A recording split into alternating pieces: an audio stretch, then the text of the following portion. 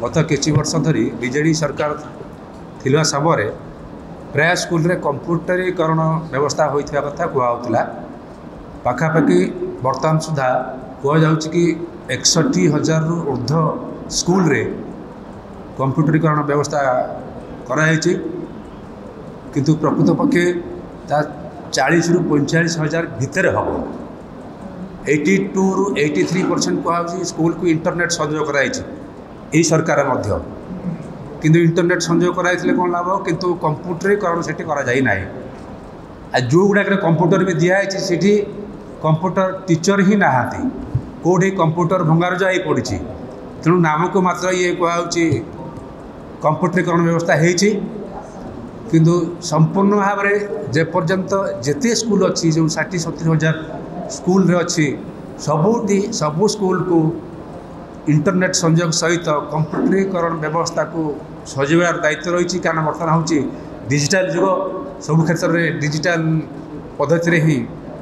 अध्ययन कर आवश्यकता रही देखिकी बर्तमान यही कंप्यूटरीकरण व्यवस्था को उन्नत मान व्यवस्था को आनिबा दरकार आउ शेष ये गोटे कथा कहबी जे एनसीईआरटी कथा न कहले टिके भल लगनी आमर केन्द्रमंत्री अच्छा धर्मेंद्र प्रधान जी की शिक्षा मंत्री न्यू एजुकेशन पॉलिसी 2020 को एठी इम्प्लीमेंट करचंती से एनसीईआरटी एक्ट रे केते गुडे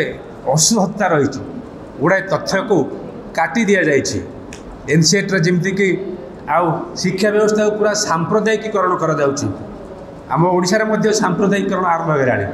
प्रथम आरंभ कर एनसीईआरटी व्यवस्था रे अष्टम क्लास रे जमती कि गोटे इतिहास बही अच्छी ये जिजिया कर गोटे लागू होता आगुरी से जिजिया कर व्यवस्था रे तांको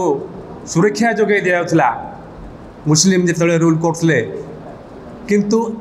यही न्यू एजुकेशन पॉलिसी रे कहुच्छी जे सेटा हिंदू मान को मुस्लिम मान को कन्वर्ट करने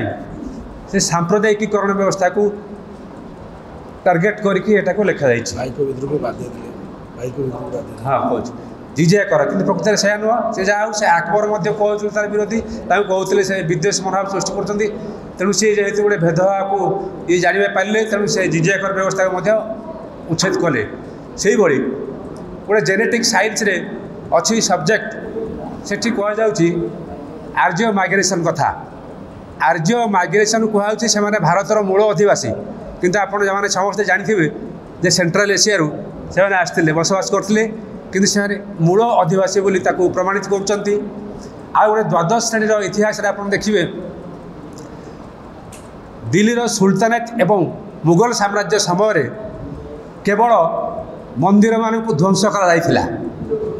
जोटा कि संपूर्ण भाव में भूल तथ्य अधिकांश क्षेत्र में देखा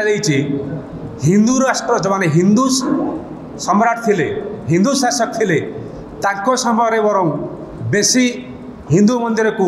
ध्वंस करमती कि नवम शताब्दी रे जम्मू काश्मीर रे थिले शासक बर्मन से बर्मन को समय प्राय 64 मंदिर को ध्वंस कराइला शिव मंदिर को सब भांगी देइथिले से बर्मन को भली आहरी देखिए जो आमर अच्छी चोल जिते चोल राज्य शासन करते चोल चालुक्य से गोटे कर्णाटक गोटे नगरी से नगरी जाकि ध्वंस लीला करते जैन मंदिर को ध्वंस करते हिंदू मंदिर को ध्वंस करते किंतु से जो ध्वंस करते मंदिर गुड़ा को तले अर्थनीति कारण नहीं कि राजनीतिक कारण नहीं कि तले जो संपत्ति रही से संपत्ति को लुट करने किंतु ये बही गुड़िक दर्शा जाऊँगी जे हिंदू माने मुस्लिम माने जानिकी हिंदू मानकर सांप्रदायिक रंग दौरान धर्मर रंग दौरान मुस्लिम माने केवल हिंदू मानकर ध्वंस करते मंदिर गुड़ी को जोटा कि संपूर्ण भाव में भूल दर्शा जाऊँगी ये राजनीतिक कारण ये शिक्षा को सांप्रदायिकरण कर गोटे क्षेत्र में देखा जमती कि रेजिया सुल्तान से जड़े थे उच्च कोटीर महिला रेजिया सुल्तान जो शासन करते सी समय आप देखिए जिते बड़े मंगोल माने आक्रमण करने आसते से कूटनीतिक उपाय से प्रतिहत करते आक्रमण से कर वीर बहिषी महिला तेणु तांकरी भली जेते अच्छी रेजिया सुल्तान से चैप्टर को हटई दि जाइए। नूरजान जहांगीर जिते नूरजान जी आम विभिन्न दिल्ली आग्रा आग्रा ठार प्रत्येक क्षेत्र देखिए केमती ताजमहल टू आरंभ कर विभिन्न स्थापत्य से स्थापन करते हटे दि जाइए। महिला मानकर जो आम ओढ़णा पक जाऊँगी से ओढ़णा किए सृष्टि करता से समय नूरजान ही तांकरी समय महिला जो गाउन पकाउले जो महिला मानकर ओढ़णा से तांकरी ही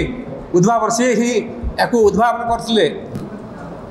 शत्रु पक्ष को से आक्रमण कर विजय लाभ करते जो पराकाष्ठा थिला से गुड़िक चैप्टर हटई दि जाइए। ये केवल सांप्रदायिकता को रंग दौरान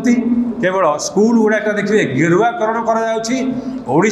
धीरे धीरे ओडिया शिक्षा व्यवस्था ये सांप्रदायिकरण को मुहैले। आउ ये केन्द्रमंत्री जो धर्मेंद्र प्रधान तांकर उद्देश्य रही ये गेरुआकरण को आहरी त्वरान्वित कर एनसीईआरटी जो भाव सांप्रदायिकरण व्यवस्था कराया ये सांप्रदायिकरण करेंगे आगामी दिन में आपण देखिए। तेणु या प्रतिहत कर शिक्षा व्यवस्था जो कर शिक्षा व्यवस्था को हटाइवा दरकार। ये शिक्षा व्यवस्था सांप्रदायिकरण व्यवस्था को हटाइवा दरकार। आमर यहाँ हूँ दाबी कांग्रेस तरफ।